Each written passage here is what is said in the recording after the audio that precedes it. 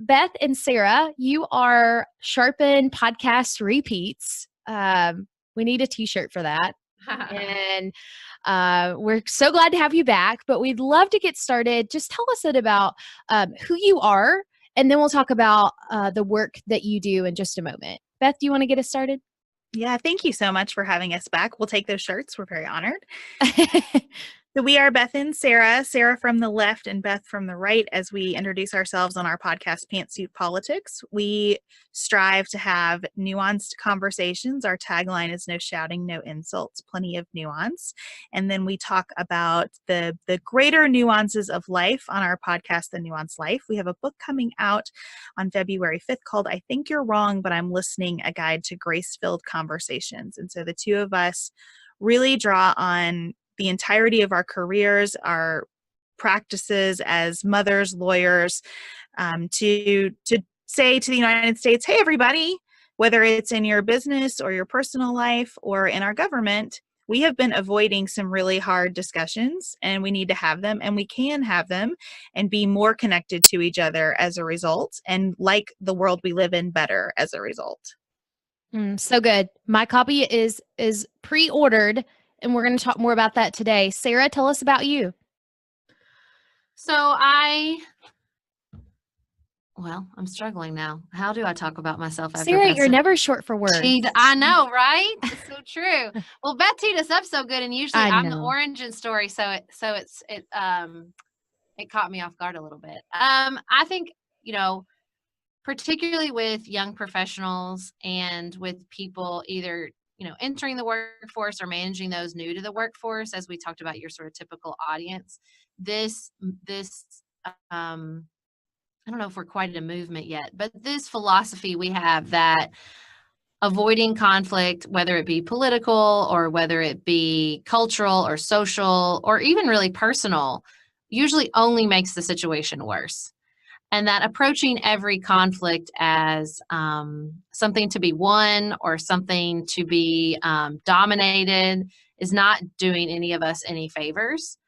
I think that this generation in particular is hungry for deep conversations that acknowledge everyone's discomfort with the status quo, discomfort with our current systems, discomfort with sort of the way things are, and a real hunger to acknowledge everybody's discomfort, acknowledge some of the problems, and get into the meaty part of our conversations and get into the real sort of solution-oriented places that we all need to go in order to improve our own lives and improve our country and improve our politics. And so that's what we really try to do. I come from more of a political background than Beth. I worked in politics in Washington, D.C. and on Capitol Hill before. When as a young professional, sort of uprooted everything and moved back to my hometown of Paducah, Kentucky to start a family and a different career. And so that's sort of where my background is. And that's how I came to Beth and how we started having these hard conversations on Pantsuit Politics. Well, we are so glad to have you two back, and thanks for sharing a little bit about who you all are and what you're doing. We will include in show notes today, of course, the links to your two podcasts. But for today's conversation, so excited to learn a little bit more about your book that is coming out. And actually, by the time this episode comes out to our audience, it may be live. We'll call it live. It'll be hot off the press. And so I think you're wrong, but I'm listening. And what I love about the theme of the book is you guys put it in your tagline there, GraceFilled Conversations. So let's just start there. And you've given a little bit of background as far as why you all started the podcast and the need, and especially among our audience that is listening of young professionals. I think we're all nodding along wherever we're listening to this episode today. But tell us about the book. How did this come about? Was this a conversation? Was this the fruit of the podcast where people were eager to learn more? Because I think that I think what you do on the podcast is very important. And this is yet another layer, of helpfulness, especially guys as young professionals, of how to approach these conversations. But yeah, give us a little background info. Well, I think that what we try to do on the podcast is have grace-filled conversations and try to model those and just live into the values that we've talked about so far. The book is really our attempt to say, okay, we've been doing that for 3 years now. What have we learned? And if we could have told ourselves at the beginning, this is the roadmap for how you do this, what would go in that roadmap? And that's really what we tried to do. Very practically, 1 through 10. This is what it takes to be able to keep coming back over and over again to really hard, contentious discussions. And so in each chapter of the book, we say, here's the concept that we wish we had known when we started. Here is an example of us modeling out that concept and learning our way into that concept. So, for example, we have a chapter where we talk about the importance of taking off your team jerseys, and then we illustrate what that means to us through the lens of the healthcare debate. And so it's not a super wonky book, but there are real concrete examples to say it's not just concept. This is what it means to live into this practice. And then we try to end each chapter affirming that it is a practice and it's something that you have to work on over and over. It's not like, here you go, America, you're fixed. It's something that we have to keep working through.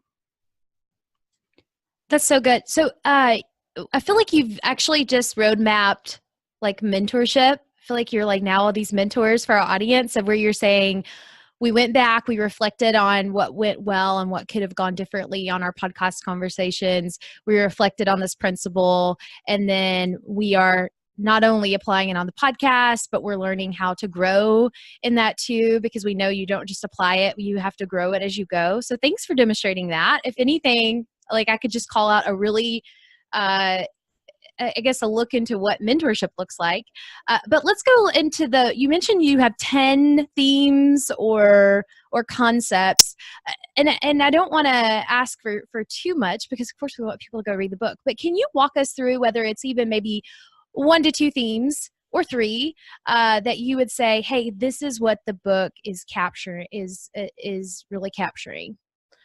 Well, I'll tell you that the book is divided into 2 sections, which is start with you and then move outward. And so I think that's probably a really good way to share the overall idea, which is you cannot walk into any sort of intensely conflict-ridden political conversation, no matter how grace-filled you might be, and expect a good outcome without very closely examining your own priorities, your own values, your own ideas, your own history with whatever you're going to talk about or with whatever person you're going to talk to.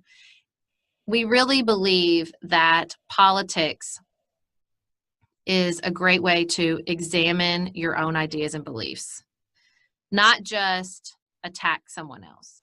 And so we spend half the book saying, okay, take off your jersey, talk about your values, put politics in its place. Let's work through all these different ways that we can bring a lot of self-awareness and self-reflection to our own political ideas before we engage with another person. And then we spend the next half of the book saying, okay, now that we're ready to engage, here's what we're going to do. We're going to use all these things we've learned about ourselves to come to a really grace-filled place and be prepared to listen to another person.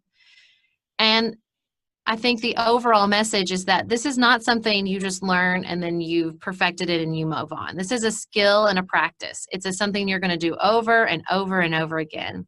And not just in politics, but in issues of faith and in issues of conflict in the workplace. These are skills that you can learn, that you can, in a practice that you can learn, and a practice that you can continually engage with to become a better person, to become better at engaging with people in these situations. And it's that practice where you learn, I can do this, it's hard, and I get it, the sun comes up the next day, that we think that is really, really beneficial to not only anybody doing it on an individual basis, but like we said, to like sort of the culture overall.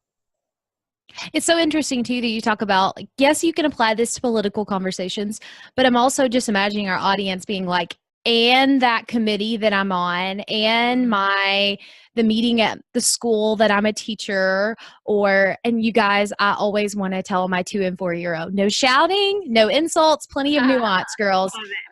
Even within your household, I think the applications are far and wide for our young professionals listening. I want to ask you all, I've heard, I'll say words or sets of words, nuanced and grace-filled. I'm sure you talk about this in that book, and I hear you all say that often on podcasts.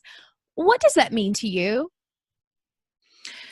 Well, I'll start with nuance. I think that we began believing that nuance was about being a noun, sort of the subtle variations of an argument, that it's not all this or that. There is so much complexity to the political space in particular. And we wanted to be willing to live in that complexity, to be able to hold 2 things that seem to be opposing truths together, because that is so often true in political spaces. Mm-hmm. And that's where we kind of started. I think we are now at this sense that nuance should be a verb, that it is being willing to lean into paradox, that it is being willing to listen even when you are convinced that someone's wrong, that nuance is more a practice like yoga or playing the piano, or giving performance feedback. To go to your example, I think mentoring is a great metaphor, because the best mentoring relationships, even though there are roles set up within those relationships, are mutually beneficial, right? It's not, this is the correct way and you're going to learn from that. It's, let's learn from each other. Let's embrace the value that comes from having these 2 different, maybe generational perspectives or set of work experiences. And that's what nuance really means for us. And then, grace-filled, in my view, and I'll let Sarah pick it up from here so I don't monopolize grace-filled. That seems like the opposite of what grace-filled is. But, to us, the idea of grace is quite different from civility or tolerance or the kinds of words that you hear calls for a lot in media, because grace starts from the premise that simply because you're a human being and for no other reason, you are deserving of my respect and my curiosity and interest. And so I'm not going to throw you away, even if you have ideas that are counter to mine or abhorrent to mine. I'm not going to throw you as a person away. I'm going to treat you with dignity and respect. I think that has great parallels for the workplace too. I talk a lot to HR professionals about somebody might not be the right fit in your organization. They're still a person, and we treat them as a person, and we send them out into the world having had a good experience with us, even when they're not the right fit for us. And so in the political space, when we talk about having grace-filled discussion, we mean you don't have to deserve my attention to have it. You don't have to deserve my respect to be treated with respect. So good. Yeah, we just don't do the humans are garbage. We're leaning all the way out from any sort of dehumanization, any idea that based on your behavior or your beliefs or your political party, that you are somehow less than human.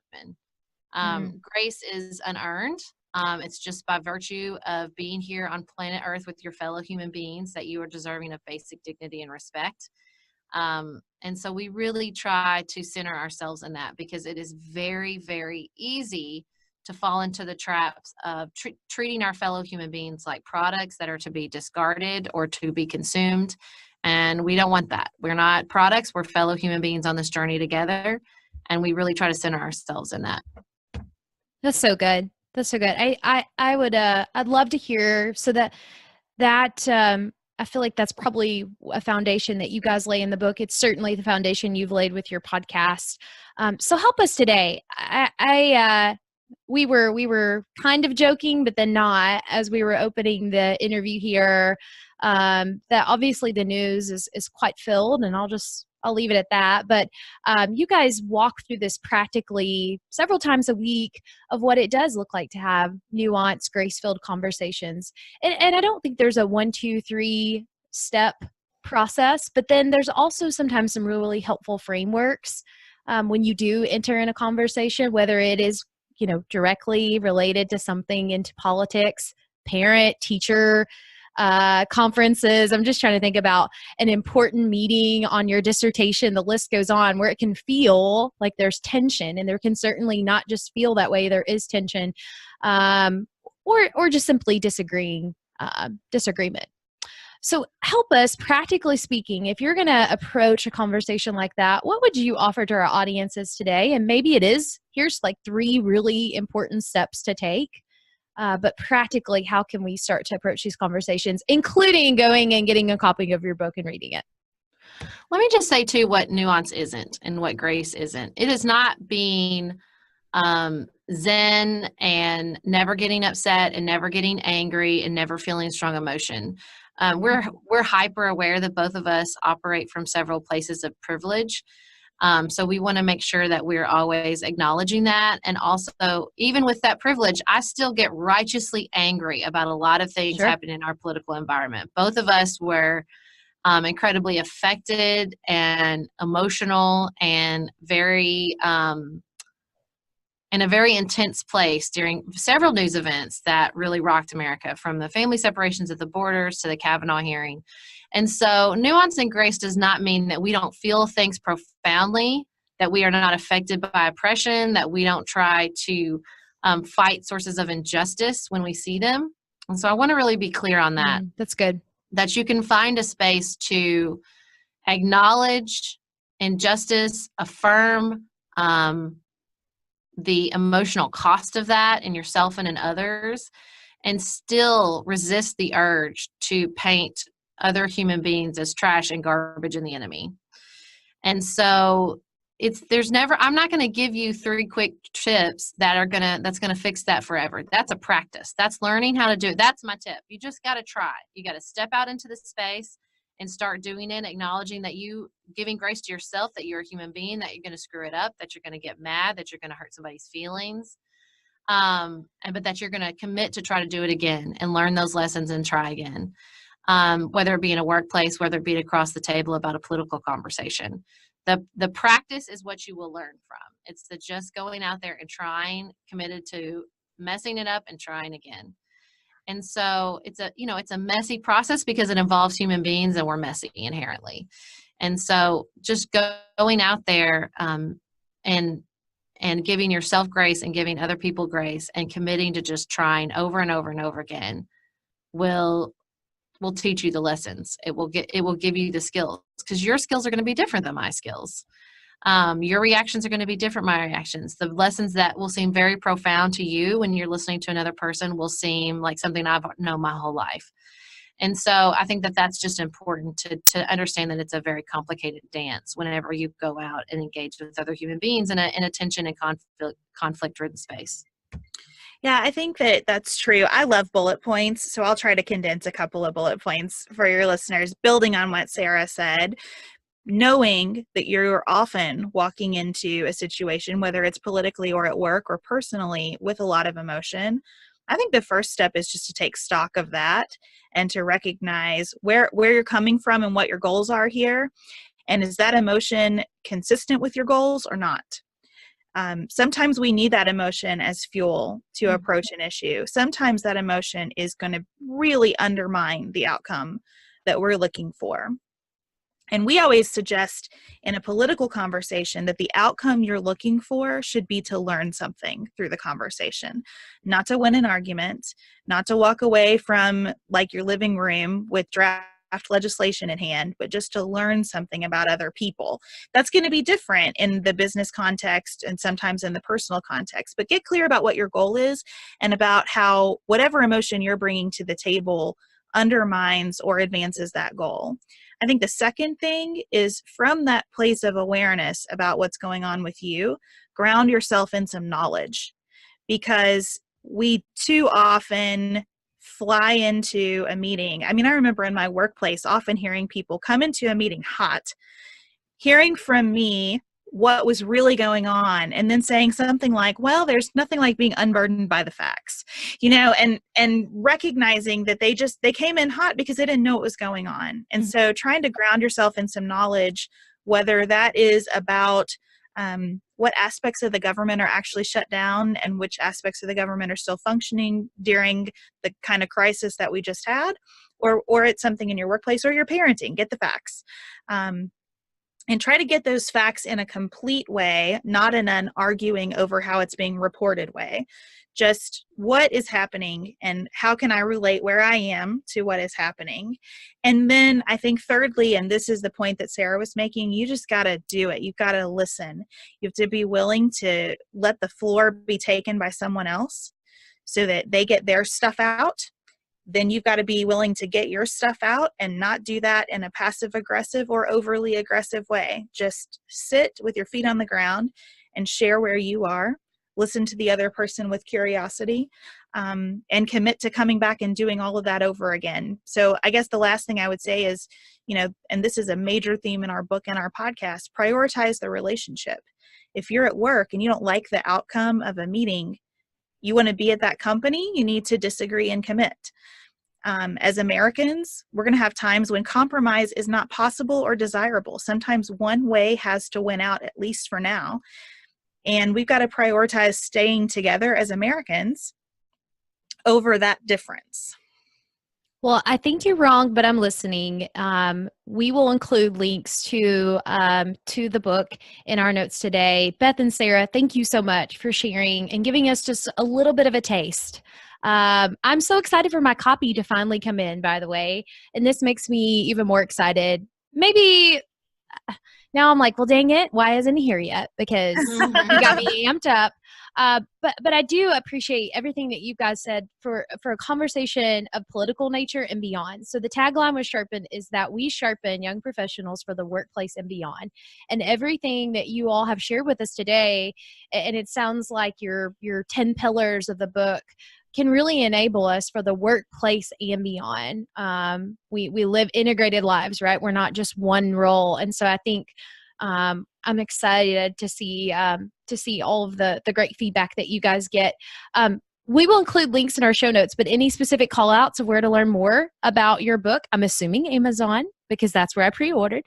You can get the book anywhere. You can also text I'm listening, IMLISTENING to 313131, or go to ithinkyou'rewrongbutI'mlistening.com to order the book, and we just really appreciate it.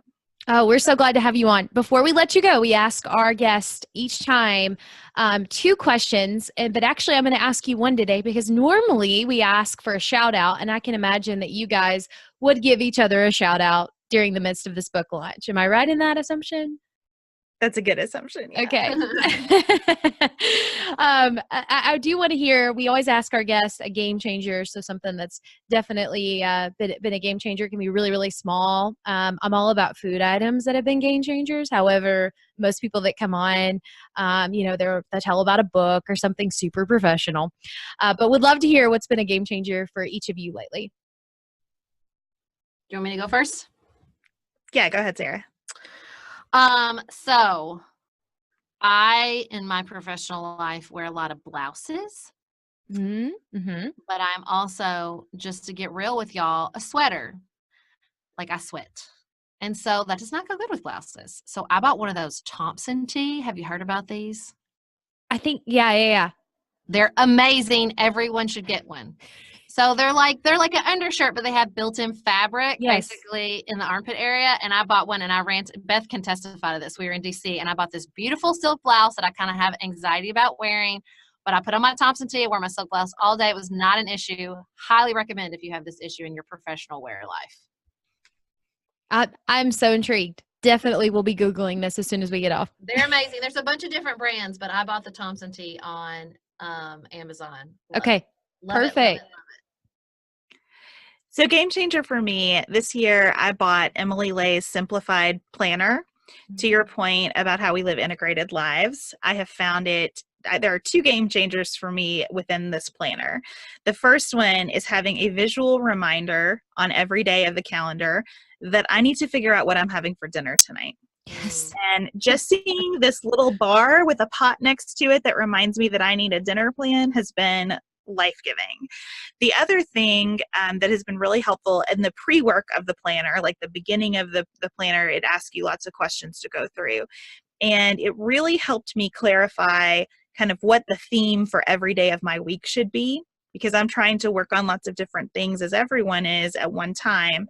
This has really given me just a cadence for my week where I understand, like, You want to make an appointment for lunch? Great. It's going to be a Tuesday or a Friday, because those are the days that I run out and do things like that. So I love the simplified planner from Emily Lay. I think it's been super helpful. Oh, I can't wait to check it. I've heard a lot of good feedback, and I'm also a huge fan. Everybody on the podcast is like, oh, here she goes, bringing it up again. But Laura Casey's Power Sheets. So it's not like the daily, I know Emily Lay's approach is she has that daily structure, and then Laura's is a monthly approach. There we go. I was like, I can't get the word out. But well, thank you so much, Sarah from the left, Beth from the right, and I so appreciate y'all being on, and look forward to reading your book here as soon as it comes out. Thank you so much. Thank you.